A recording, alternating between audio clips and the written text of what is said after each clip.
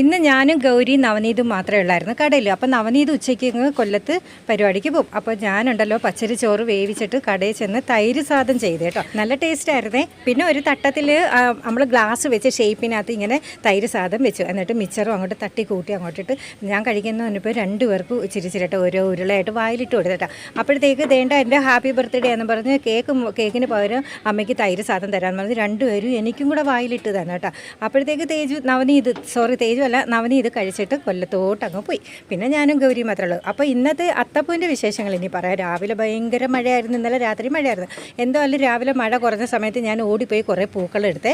നമ്മുടെ തൊട്ടാവാടിയുടെ പൂവ്, പിന്നെ സർപ്പഗന്ധിയുടെ പൂവ്, പിന്നെ നന്ദിയാർ വെട്ടം, പിന്നെ തുളസിയുടെ പൂവ്, ഇത്രയും വെച്ച് നല്ലതുപോലെ അങ്ങോട്ട് അത്തമിട്ട്. അപ്പോഴത്തേക്കാണ് നവനീത് പറഞ്ഞ് എന്തോ ചാറ്റ് ജി പി എന്ന് പറഞ്ഞൊരു ആപ്പിനകത്ത് അടിച്ചു കൊടുത്ത് ഇത് അമ്മ ഇട്ടിരിക്കുന്ന അത്തപ്പൂവാണോ എന്ന്. അപ്പോൾ വേണ്ട ഇതാണ് ആൻസർ വന്നിരിക്കുന്നത് കേട്ടോ. അവൻ ചമ്മിപ്പോയേ.